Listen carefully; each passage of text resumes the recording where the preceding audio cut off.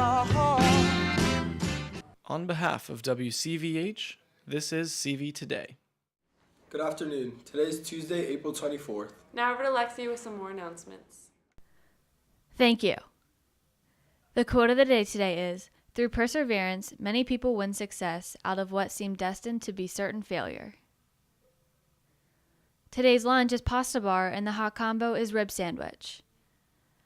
Tomorrow's lunch is cheeseburger with no hot combo. Now over to your weather report. It could be a day for a sweater or wind stronger than leather. For all your daily news, here's Matt with the weather. Weather time. Time to do weather. Just gotta wait for Jake.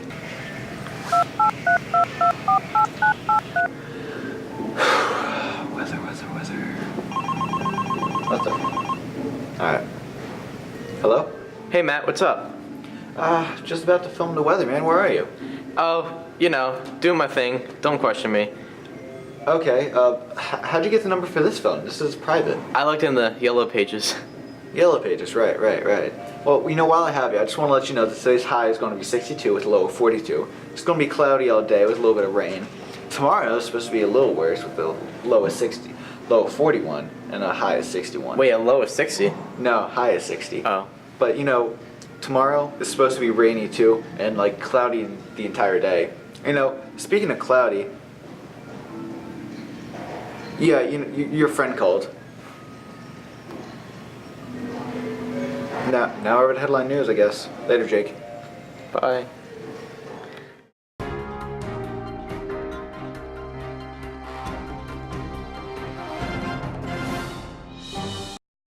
Everybody, all these people on the streets getting hit one by one. A busy Toronto intersection struck with chaos. Authorities say a man driving this white van crashed into multiple people crossing the street, then mounted the sidewalk and continued his carnage, leaving a trail of destruction nearly a mile long. I was on the fourth floor and I saw everything. I only hear all the sirens and everything, and I look out the window, I saw that guy lying over there dead. Try to see if this guy's okay, but the guy was bleeding up from the head, unconscious, eyes open. At least 10 people were killed and some 15 were injured. The suspected driver, 25-year-old Alec Manassian, has been arrested and will appear in court Tuesday morning. It is a time to be as calm as we can be in the city, to understand that our first responders are doing their job, especially our police. Our thoughts are obviously with...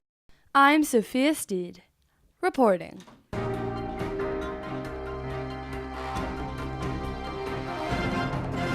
Manor Therapeutic Riding Center is looking for volunteers. They are a therapeutic riding program which involves teaching horseback riding lessons to children and adults with physical, cognitive, and behavioral needs.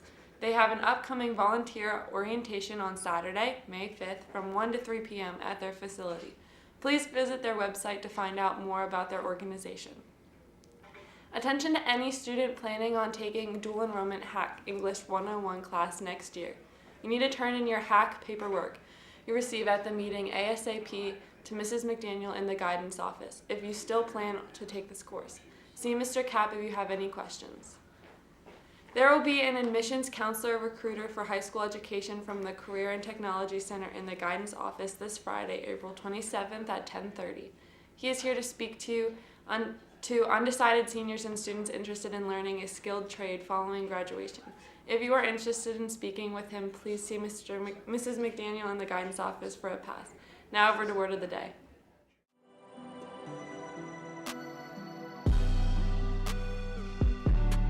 The word of the day today is admonish, to caution or advise against something.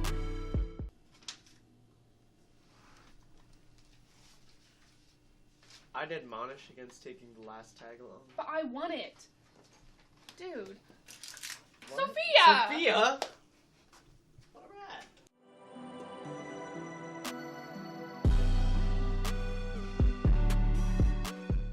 Students, if interested in joining SAD Club, applications are located outside of Mrs. Metzinger's room across from the nurse's office. Applications are due to her or one of the new officers by April 27th. On Saturday, May 12th, the Conestoga Valley Football Booster will be hosting a co-ed kickball tournament on the stadium turf. Co-ed kickball teams are limited to 10 players per team and a minimum of 3 females per team. See Coach Novak for registration information because spots are filling up quickly and the tournament is limited to the first 12 teams to register. Hershey Farm Restaurant and Inn is also hiring. They have many employment opportunities available.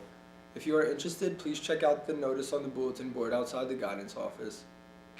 Now over to an announcement about Sexual Harassment Awareness Month. If you're still struggling with consent, just imagine you're making them a cup of tea. You say, "Hey, would you like a cup of tea?" And they go, "Oh my God, I would love a cup of tea, thank you." Then you know they want a cup of tea. If you say, "Hey, would you like a cup of tea?" And they're like, I'm not really sure. Then you could make them a cup of tea, or not, but be aware they might not drink it. And if they don't drink it, then, and this is the important part, don't make them drink it. Just because you made it doesn't mean you are entitled to watch them drink it. And if they say no thank you, then don't make them tea. At all. Just don't make them tea. Don't make them drink tea. Don't get annoyed at them for not wanting tea. They just don't want tea, okay? They might say, "Yes, please. That's kind of you." And then when the tea arrives, they actually don't want the tea at all. Sure, that's kind of annoying as you've gone to all the effort of making the tea, but they remain under no obligation to drink the tea. Someone said yes to tea, started drinking it, and then passed out before they'd finished it. Don't keep on pouring it down their throat. Take the tea away. Make sure they're safe, because unconscious people don't want tea. Trust me on this. If someone said yes to tea around your house last Saturday, that doesn't mean they want you to make them tea all the time. They don't want you to come around to their place unexpectedly and make them tea and force them to drink it going, "But you wanted tea last week." Or to wake up to find you pouring tea down their throat going, "But you wanted tea last night." But if you can understand how completely ludicrous it is to force people to have tea when they don't want tea, and you're able to understand when people don't want tea, then how hard is it to understand it when it comes to sex? Whether it's tea or sex, consent is everything. Students, CV Minithon is happening on Friday, May 4th, and we want you to be there. Sign up at lunches to participate in the event. There's a $25 fundraising fee to participate in the event, but feel free to raise more. All proceeds of the event will benefit the Four Diamonds Fund to end the fight against pediatric cancer. See you at Minithon, and remember, it's for the kids. The National Art Honor Society is now accepting leadership and membership applications. Membership application for artists in grades 11 through 12 can pick up applications outside Mr. Meyer's classroom. Current members need not reapply for the 2018-2019 school year. If you are a current member and are interested in running for an officer position, please pick up an application outside of Mr. Meyer's classroom. All leadership applications and membership applications are due by May 9th. Thanks. Now over to announcement about Minithon. I'm Minithon because I truly believe one day we will dance in celebration.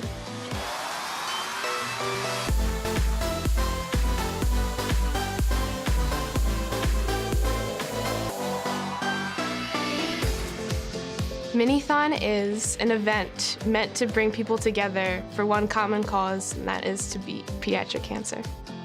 All of the money goes to Four Diamonds. They make sure the family never sees a medical bill. I think the cancer research that Four Diamonds does is extraordinary because the research is what will eventually end this disease.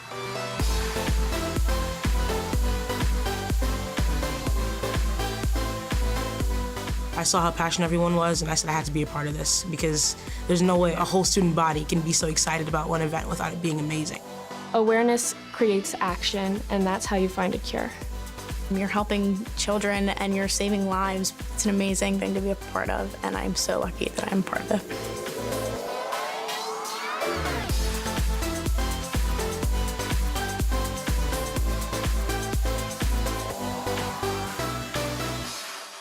Support the powerful movement to conquer childhood cancer at fourdiamonds.org.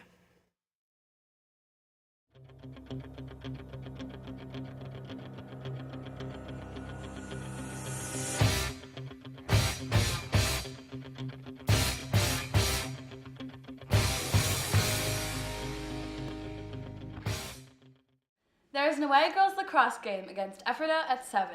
There's a home boys tennis match against Penn Manor at 4. There's a home boys volleyball game against Penn Manor at 7. There's a home boys lacrosse game against Ephrata at 7:30. Come out and support the Bucks. Now we're to sports highlights.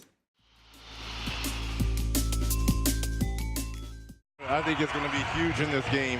Jeff Teague and his ability to penetrate, especially when Houston does all that switching on the perimeter. Last season, came off the bench most of this season. And now he'll be counted upon. Ariza's already hit 2 threes. He's just gotten his third in a row. Wow. This is game 3 in that loss here Saturday. He's got to punish these small. Many times again. Grinding inside for 2. Fouled on the play. Rose is there with the leaping rebound. Rose is out of the box and off to the races.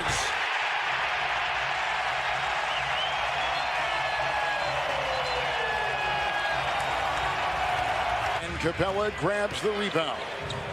He's got 14 of them. Harden on the fly with ease. Everything is easy for Harden in this half, isn't it? 4.5 to go here in the third. Rockets trying to go up 3-1. Harden, 3! Wow! Now he can't miss. You cannot miss now. He's got 22 points in the quarter. 30 on the fly. His 3 no good. Georgia Sun tries to tip it in. And that is all she wrote for Minneapolis tonight. A 1-point game at halftime ends up in a 19-point Rocket win. They led at one time by 35. That is how dramatic this game turned in one quarter.